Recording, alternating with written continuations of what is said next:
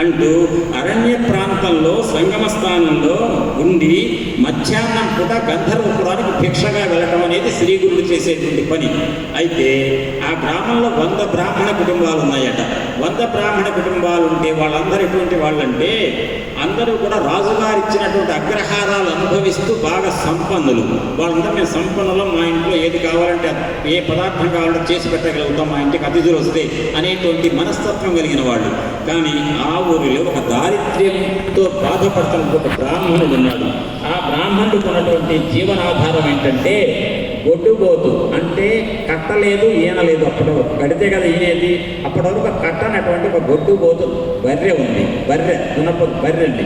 అది అంతవరకు చూడవ్వలేదట. ఆ బర్రెని ఆ బ్రాహ్మణుడు ఏం చేస్తున్నాడంటే మట్టి తోలడానికి బండిని ఏడవడానికి దాని మెడ మీద బండిని పెట్టి బాడుగకి ఇవ్వడానికి ఆ బర్రెని పంపిస్తే బాడుగ తీసుకుంటున్నాడు, కాలం గడుపుకుంటున్నాడు. అంత దరిద్రుడైన బ్రాహ్మణుడి ఇంటికి భోజనానికి రోజు వెళ్తున్నాడు. ఎవరు? నృసింహ సరస్వతి దేవుడు స్వామివారు అమరపురం గంధర్వపురంలో. అప్పుడు బ్రాహ్మణులు అనుకున్నారట, 100 మంది మనం ధనవంతులు ఉన్నాం, ఎన్ని కూరలు అంటే అన్ని కూరలు చేసి పెట్టగలిగే యతీశ్వరుని సృష్టిగా పెట్టగలిగేటువంటి స్తోమత మనకుంటే మనల్ని కాదని అక్కడికి వెళ్తున్నారు, వాళ్ళ ఇంటికి వెళ్తున్నాడు శ్రీగురుడు. అది ఎట్లుందంటే దుర్యోధనుణ్ణి ఎంతమంది పిలిచినా వెళ్ళగా విదురుడు పిలిస్తేనే విదురుడింటికి వెళ్ళాడు. ఎందుకంటే విదురుడింటికి వెళ్ళాడు? విదురుడు అన్న పెద్ద సంపన్నుడా? లేదు. కృష్ణ పరమాత్మ ధర్మస్వరూపుడు. విదురుడు ఎవరు? సాక్షాత్ యమధర్మరాజు అంశ.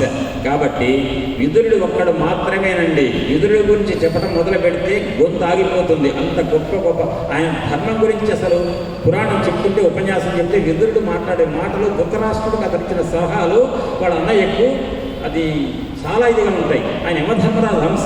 అటువంటి విదురుడు మహానుభావుడు పిలిస్తే పేదవాడు ఆయన ఇంటికి వెళ్ళాడు. ఒక శూద్రజాతి స్త్రీకి పుట్టినవాడు. కానీ దుర్యోధనాదుడు పిలిస్తే వెళ్ళాల కృష్ణుడు. కాబట్టి అక్కడ ఎవరు కాదు, అక్కడ ధర్మానికి ఎవరు కట్టుబడి ఉన్నారు అదే లెక్క. విదురుడింటి కృష్ణుడు వెళ్ళాడు. అట్టనే ఈ శ్రీ నృసింహ సరస్వతి స్వామి వారు కూడా ఒక దరిద్రుడు ఒక గొడ్డుబోతు బర్రెను ఇస్తే, బాడుగకి ఇస్తే డబ్బులు వస్తే తినేటువంటి ఇంటికి వెళ్ళి ఆయన భోజనం చేస్తున్నాడు అన్నారట. వెళుతూనే ఉన్నాడు. కానీ ఒకరోజు ఆ ఇంటికి వెళ్ళాడు. వెళ్ళగానే ఆ బ్రాహ్మడు ఇంట్లో లేడు. అమ్మా వచ్చాను భోజనం అంటే, అయ్యా మా వారు బజారుకి వెళ్ళారు, వస్తారు, కాస్త కూర్చోండి పీట వేసిందట. పీట మీద కూర్చున్నారు. నాకు పాలు మా భిక్షగా అన్నారట. పాలు ఎక్కడి నుంచి ఇవ్వండి స్వామి అంటే, అదిగో బర్రె ఉందిగా ఏంటంటే, లేదు స్వామి అది కట్టలేదండి, అది గొడ్డుపోద్దండి, దాన్ని ఈ రకంగా తిప్పుకుంటున్నాం అన్నారట.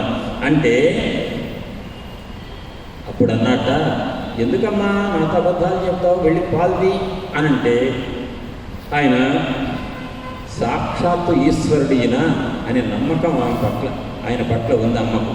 వెంటనే స్వామివారికి అర్థం కావాలే, అయినా ఆయన అన్నారుగా అని చెప్పి వీళ్ళు పాలు తీస్తే 2 కుండల పాలు ఇచ్చింది. ఏంటండి గొడ్డుబోతు బర్రె అప్పటి వరకు కట్టలేదు, ఒక్కసారి కూడా దానికి పళ్ళు ఊడిపోయినాయి, ముసలితనం వచ్చింది.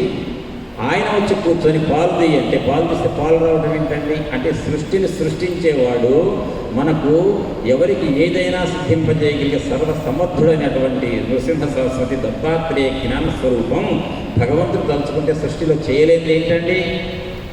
వేదిక మీద వేరే విషయాలు మాట్లాడకూడదు, దిగిన తర్వాత మాట్లాడదు. ప్రపంచంలో ప్రస్తుతం పశ్చిమ ఈ మధ్య ఆసియాలో జరుగుతున్న సంఘటన చూస్తుంటే భగవంతుడు ఎక్కడున్నాడో మనకు ఇప్పుడే తెలుస్తుంది. భగవంతుని నమ్ముకున్న వాళ్ళకి చెరుపు లేదనే విషయం తెలుస్తుంది. ఆధ్యాత్మికం ఒక్క నిమిషం ప్రక్కన పెడితే ఆ రకంగా ఇప్పుడే మన కళలు తెలుస్తున్నాయి. ధర్మం దాని ధర్మానికి నిలబడ్డ వాళ్లకు విజయం ఎంత కలుగుతోందో. ఆశ్చర్యం కొలిపేటువంటి గొడ్డు బర్రె పాలు అర్పించిందో, ఇప్పుడు విచిత్రమైన సంఘటనలో మానవుడికి కూడా భగవంతుడు ప్రజ్ఞ ఇచ్చి ఎక్కడ దుర్మార్గులు ఉన్నారో పట్టుకొని వాళ్ళు అంతం చేసేటువంటి స్థితి ఈ కలియుగంలో ఇప్పుడు ఈ జరుగుతున్నటువంటి వర్తమానంలో నడుస్తున్నాయంటే భగవంతుడికి ఎందుకు ఉండదండి? భగవంతుడికి ఆ శక్తి ఉంటుంది. అయితే ఇక ఈ అమ్మ వెళ్ళింది. ఈ 100 మంది కుటుంబాలకు ఉన్నటువంటిది ఏంటి? ధనమదం, విద్యామదం. మా వాళ్ళకి బాగా వేదం వచ్చు, రాజుగారు ఇచ్చినటువంటి అగ్రహారాలు ఉన్నాయి. అహంకారం లోపల ఎప్పుడైతే ఉందో భగవంతుడు సహించడు. అహంకారం లేకుండా దారిద్ర్యంతో బాధపడుతున్నా కూడా వచ్చిన స్వామివారికి పెట్టాలనేటువంటి తపనతో ఉన్నటువంటిది. ఇది అనగానే మళ్ళీ టైం వేస్ట్ అవుతుంది. ఒక దారిద్ర్యంతో బాధపడుతున్నటువంటి స్త్రీ ఇంటి ముందుకు వెళ్ళి భవతీ భిక్షాందేహి అన్నారు శంకరాచార్య స్వామి వారు. శంకర, నువ్వు భవతీ భిక్షాందేహి అంటున్నావా? ఏం పెట్టలేని స్థితిలో ఉన్నానయ్యా అనుకున్నది ఆ తల్లి. మళ్ళీ భవతీ భిక్షాందేహి అన్నాడు. ఆ మహానుభావుడు ముఖం చూస్తుంటే సాక్షాత్తు శివుడు శంకరుడే వచ్చాడే ఈ బాలుడు రూపంలో. ఆయన భిక్షాపాత్రలో వేసేటువంటి ఒక స్థితి నాకు లేదే, ఏ దౌర్భాగ్యం అని బాధపడింది. మళ్ళీ అంటే వెళ్ళిపోతాడేమో మూడోసారి భిక్షాందేహి అని చెప్పి ఇంట్లో వెతికిన పాత ఉసిరికాయ దొరికింది.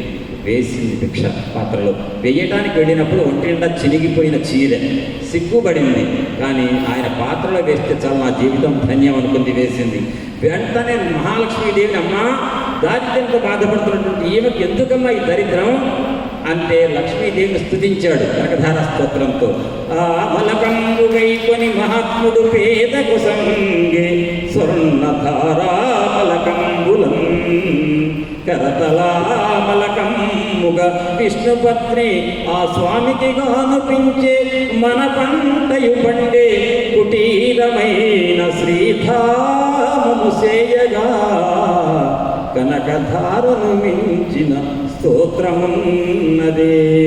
కనకధార స్తోత్రం అనేది ఆసుగుగా అక్కడికక్కడ ఉచ్చరిస్తే మహాలక్ష్మి దిగొచ్చి, శంకర నీ స్తోత్రానికి తృప్తి చెందాను నాయన, ఏం కావాలి అంటే, అమ్మ నాకేం కావాలమ్మా, ఈ తల్లికి ఎందుకమ్మా దారిద్ర్యం అంటే, ఆ తల్లి ఇట్ట పెట్టలేదయ్యా ఈనాడు, అందుకని ఇట్ట అడిగి అర్హత లేదు అన్నదట. ఇట్ట పెట్టలేదా అమ్మా, పెట్టలేదా, నాకు పెట్టిందమ్మా ఇప్పుడంటే, వాళ్ళ చమత్కారి శంకర అన్నదట. పెట్టడం కాదు, లోపల తపన పడిందమ్మా, నేను భవతీ భిక్షాందేహి అంటే నా జోలిలో ఏం వేయలేకపోతున్నా అనేటువంటి పడిన తపన ఉంది.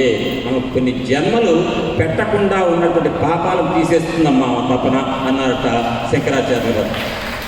వెంటనే మహాలక్ష్మీదేవి అనుగ్రహించి అక్కడికక్కడ బంగారు ఉసిరికలు కురిపించింది. అంటే పెట్టాలనే తపన ఎంత పడిందో అదే తపన ఈ తల్లి ఇక్కడ పడింది. ఈ శ్రీగురుడు అనేటువంటి శ్రీ నృసింహ సరస్వతి, ఆయన శంకరాచార్యుల వారు, ఈయన శ్రీ నృసింహ సరస్వతి స్వామి వారు. ఎవరైతే ఉన్న జగద్గురువు అండి, జగద్గురువు దగ్గర నేను పెట్టాలి అనే తపన ఉంది. ఆ తల్లి పాలు తీస్తే వచ్చినాయి. కానీ 100 మంది కుటుంబాలకు ఉన్నటువంటి ధనమదంతో, విద్యామదంతో, ఐశ్వర్యమదంతో ఉన్నటువంటి వాళ్ళకు మాత్రం శ్రీగురుడికి సాన్నిధ్యం లేదు. వీళ్ళింటికే వెళ్ళారు. ఆ లీల జరిగింది. అయిన తర్వాత ఈ యతీశ్వరుడు ఎవరు? ఈయన సాక్షాత్ జగద్గురు, త్రిమూర్త్యాత్మక స్వరూపుడు. కాబట్టి ఆయన వచ్చి కూర్చొని మాటలతో ఒక్కసారి ఆ గొడ్డు గడ్డకు పాలు తీయి అంటే, నువ్వు తీయమ్మా అంటే పాలు వచ్చినాయండి అని చెప్పండి. ఆ లీల ప్రదర్శించిన తర్వాత తర్వాత రోజు వచ్చారట ఎవరు, బాడుక్కు కావాలి. లేదు నాయన బాడుక్కి ఇవ్వట్లేదు. ఎందుకు? పాలంటిస్తుందమ్మా, పళ్ళుడిపోయిన ముసల్ది, దాని వయసు ఏంటి, అంతిమ దశకు వచ్చింది, అది కట్టకుండా ఈనకుండా పాలంటిస్తుందమ్మా అంటే, మీ అదే తీస్తా పాలని చెప్పి తీస్తే పాలు ఇచ్చింది. అప్పుడు అనుకున్నారట, ఇది ఆ తల్లి చేసుకున్న పుణ్యఫలమే ఆ శ్రీగుడి యొక్క అనుగ్రహ రూపంలో ఆ ఇంటికి సకల ఐశ్వర్యాలు సిద్ధించినాయి అని చెప్పి ఈ సంఘటన జరిగింది. ఇది ఆ నోట రాజుగారి దగ్గరికి చేరింది. ఆ అమరాపురం సంబంధించిన రాజుగారి దగ్గరికి. రాజుగారు ఈ విషయం తెలుసుకొని వచ్చారట ఈ బ్రాహ్మడింటికి. ఏంటయ్యా అంటే, మాకేముందండి, బాడుక్కి తిప్పుకుండేవాళ్ళం మేము బర్రెని, అనుకోకుండా శ్రీగురుడు వచ్చారు నిన్న స్వామివారు, నా భార్యని మా వారు బజార్ నుంచి వస్తారంటే నాకు తొందరగా పాలు కావాలన్నారు, ఇవ్వండి అంటే తీయరాల పాలు అన్నారు, ఇవ్వదండి పాలంటే ఎందుకు ఇవ్వరు చూస్తా అన్నారు. ఆయన ఎదుట ఆయన మాటను పట్టుకొని ఒకసారి తీస్తే పాలు ఇచ్చింది, త్రాగారు స్వామివారు. ఇప్పుడు కూడా ఇస్తుందండి అంటే, ఆయన సామాన్యమైన మానవుడు కాదమ్మా, మానవ రూపంలో ఉన్న మానవాతీతుడైనటువంటి జగద్గురువు అని చెప్పి వారి దగ్గరికి వెళ్ళాలని చెప్పి రాజువారు తన సైన్యంతో సహా వెళ్ళి పాదాక్రాంతుడయి ఆయన పాదాల మీద పడి, స్వామి జగద్గురు మీకు జయం అని చెప్పేసని ఆ చతురంగ బలాలతో వెళ్ళినటువంటి రాజుగారు అడిగారట. అప్పుడు ఇక ఎందుకండి గొడ్డు బర్రె పాలు ఇచ్చేట్టు చేసిందంటే జగద్గురు అనేసి అందరికీ తెలిసిందన్నప్పుడు ఇక గుప్తంగా ఉండటం ఎందుకు, కొన్నాళ్ళు బహిరంగంగానే ప్రకటమై ఉంటే వీళ్ళకి సహాయం చేయొచ్చు కదా, వాళ్ళ జీవితాలు బాగు చేయొచ్చు కదా అని స్వామివారు ప్రకటన అవ్వటానికి. అప్పుడు ప్రశ్న అడిగింది ఏంటి నామధారకుడు, ఎందుకంటే ఆయనకి జగద్గురువుకి ఎందుకంత సీక్రెట్గా గుప్తంగా ఎందుకు ఉండాలి అంటే, నాయన కస్తూరి వాసన నిలవదన్ను అన్నట్టుగానే నిలవలేదు. ఒక సన్నివేశం జరిగింది, గొడ్డు గారికి పాలు ఇచ్చే సన్నివేశం, ఒక మాట వరుస కంటే లేదా అంత ప్రకటితమై రాజుగారే గంధర్వపురంలో ఆయనకు ఒక ఆశ్రమాన్ని కట్టించారు అనే సంఘటన చెప్పడానికి చెప్పారు. చెబితే అప్పుడు అన్నారు రాజుగారితో, మేము యతీశ్వరులం తపస్సు చేసుకునేవాళ్ళం, మాకెందుకండి మీ యొక్క భోగాలు అంటే, స్వామి మీకు భోగం అక్కర్లేదండి, మీరు యతీశ్వరులు తపస్సు కానీ మా గంధర్వపురం అనేటువంటి ప్రాంతానికి నేను రాజుని, కానీ మీరు జగద్గురు, నేను ఉట్టి రాజుని. ఇక్కడ ఒక మాట చెప్దాం అనుకుంటున్నాం, మీకు పెద్దలు ఏమనుకోకపోతే. రాజరాజేశ్వరి అనే పేరు వింటారు మీరు ఎప్పుడు. రాజరాజేశ్వరి త్రిపుర సుందరి. ఎవరండి రాజరాజేశ్వరి? రాజు అంటే ఎవరండి? రాష్ట్రానికి ముఖ్యమంత్రి, దేశానికి ప్రధానమంత్రి, అమెరికాకి అధ్యక్షుడు. ఈ దేశాలందరికీ కూడా రాజులు వాళ్ళైతే, ఈ రాజులకు రాజు ఎవరంటే దేవతలు, రాజరాజు. దేవతలను కనుక మనం రాజులుగా తీసుకుంటే రాజరాజు ఎవరంటే ఈశ్వరుడు. ఆ రాజరాజు అనేటువంటి రాజు అంటే చంద్రుడు. ఒక అర్థం ఉందిగా, చంద్రుడిని మౌడి భాగంలో పెట్టుకున్న వాడెవరు? పరమేశ్వరుడు. కాబట్టి రాజరాజు అంటే రాజుని మౌడి భాగంలో పెట్టుకున్న రాజు ఎవరంటే ఈ విశ్వానికి రాజు పరమేశ్వరుడు. ఆయనకి ఈశ్వరు ఎవరు? సాక్షాత్తు లలితా త్రిపుర సుందరి. కాబట్టి రాజరాజేశ్వరి అంటే ఎవరంటే, రాజు అంటే చంద్రుడు, చంద్రుని మౌడి భాగంలో పెట్టుకున్న పరమేశ్వరుడికి ఈశ్వరి అయిన ఆ లలితా భట్టారిక రాజరాజేశ్వరి త్రిపుర సుందరి. కాబట్టి ఆ రాజరాజేశ్వరి మాత అనుగ్రహం అంటే జరగనిది ఏంటండి, ఆమె శక్తిమంతుడు ఎవరంటే పరమేశ్వరుడు, ఆయనే నృసింహ సరస్వతి స్వామి. ఆ స్వామి అడిగితే మేము తాపస్సులం అంటే, పర్వాలేదు స్వామి, మీరు మా గంధర్వపురాన్ని బాగు చేయడానికి మీ యొక్క అనుగ్రహం కావాలి అంటే ఒప్పుకున్నారు. చివరికి ఎందుకు ఒప్పుకున్నారు? మాకేదో వెహికల్స్ కావాలి, లేకపోతే సైన్యం కావాలి, జెడ్ సెక్యూరిటీ కావాలి కోరుకునేవాళ్ళు కాదు కదండి మహానుభావులు. వాళ్ళే సెక్యూరిటీ ప్రపంచానికి. ఇక వాళ్ళకి సెక్యూరిటీ ఎందుకండి? ఏదో అగ్ని కలిస్తే కనుక అగ్ని ఏం చేస్తే ఏం చేయలేదు. అట్లా ప్రపంచానికి సెక్యూరిటీ, రక్షక వ్యవస్థ ఆయనకి రక్షక వ్యవస్థ ఎందుకండి? కానీ మాకు రక్షణ కావాలి తండ్రి మీ ద్వారా అని అడిగాడు రాజుగారు. సిద్ధమయ్యారు, పల్లకిలో ఎక్కించుకున్నారు, మేళతాళాలతో వెళ్తున్నారు. గంధర్వపురంలోకి అడుగు పెడుతుంటే, ఆ ఊరిలోకి అడుగు పెడుతుంటే పశ్చిమ భాగానికి అడుగు పెట్టగానే చెట్టు మీద బ్రహ్మ రాక్షసుడు ఒకడు ఉంటాడు. ఆ బ్రహ్మ రాక్షసుడు వల్ల ఆ ప్రాంతంలో ఇళ్ళే ఎవరు ఉంటే ఆ ఇల్లు ఖాళీ చేసి వెళ్ళిపోయారట. ఆ ప్రాంతంలో మనుషులు ఉండరట. ఆ తూర్పు భాగానికి వెళ్ళిపోయారు. పశ్చిమ భాగంలో చెట్టు మీద ఎక్కడైతే బ్రహ్మ రాక్షసుడు ఉంటాడో అక్కడ ఉన్నటువంటి జనాలందరూ కూడా ఇల్లు వదిలిపెట్టి ఖాళీ చేశారనే విషయం స్వామికి చెప్పడానికి ఇష్టపడలే వీళ్ళు. కానీ ఆ చెట్టు మీద ఎక్కడైతే బ్రహ్మరాక్షసుడు ఉంటాడో అక్కడి దాకా పల్లకి వెళ్ళగానే ఒక్కసారిగా బ్రహ్మరాక్షసుడు దిగొచ్చి స్వామివారికి పాదాక్రాంతుడయ్యాట.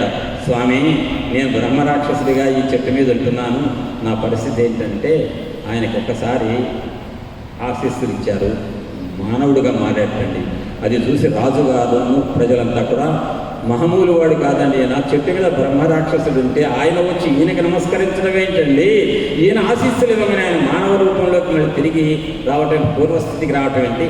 కాబట్టి త్రిమూర్త్యాత్మక స్వరూపుడైన పరమాత్మయే ఈ నృసింహ సరస్వతి స్వామివారు అని చెప్పి ఆ స్వామివారిని తీసుకెళ్ళి ఊళ్ళోకి వెళ్ళారు. విస్మిత సకలాలోక ఆహురేష్ణమాంస బ్రహ్మ విష్ణు పినాప్యాత్మ సత్యమేవ సంశయ. సకల లోకము ఆశ్చర్యం పొందే విధంగా ఈ నృసింహ సరస్వతి స్వామి వారికి ఈ విషయాన్ని చెబితే, ఈయన మానవుడు కాదు, మానవాతీతుడు, ఈయన బ్రహ్మ విష్ణు శివాత్మకుడైన దత్తాత్రేయుడే అని చెప్పి ప్రజలందరికీ నమ్మకం ఏర్పడిందని, పరిపూర్ణ నమ్మకం. ఇక అక్కడ మఠం నిర్మింపజేశారట స్వామివారికి. గంధర్వపురంలో రాజుగారే చేసి ప్రతిరోజు కూడా స్వామివారు సంగమానికి స్నానానికి వెళ్తుంటే స్నానానికి వెళ్ళే స్వామివారికి కూడా తోడు సైన్యాన్ని పంపించారు. ఆ రకంగా రాజు మర్యాదలు అవసరం లేకపోయినా రాజుగారు కృతజ్ఞత చూపించుకోవాలి కాబట్టి సంగమానికి వెళ్తున్నటువంటి ఆ స్వామివారి యొక్క ప్రతి అడుగుని కూడా గమనిస్తూ సేవించుకుంటున్నాడు అంతే తప్ప స్వామివారికి అక్కర్ల సెక్యూరిటీ. ఇప్పుడు 8:25 అయింది కాబట్టి, మరి గీతా జయంతి కాబట్టి ఆ మాట ప్రకారం కొద్దిసేపు వినండి. ఎందుకంటే చాలా ఈ 7 రోజుల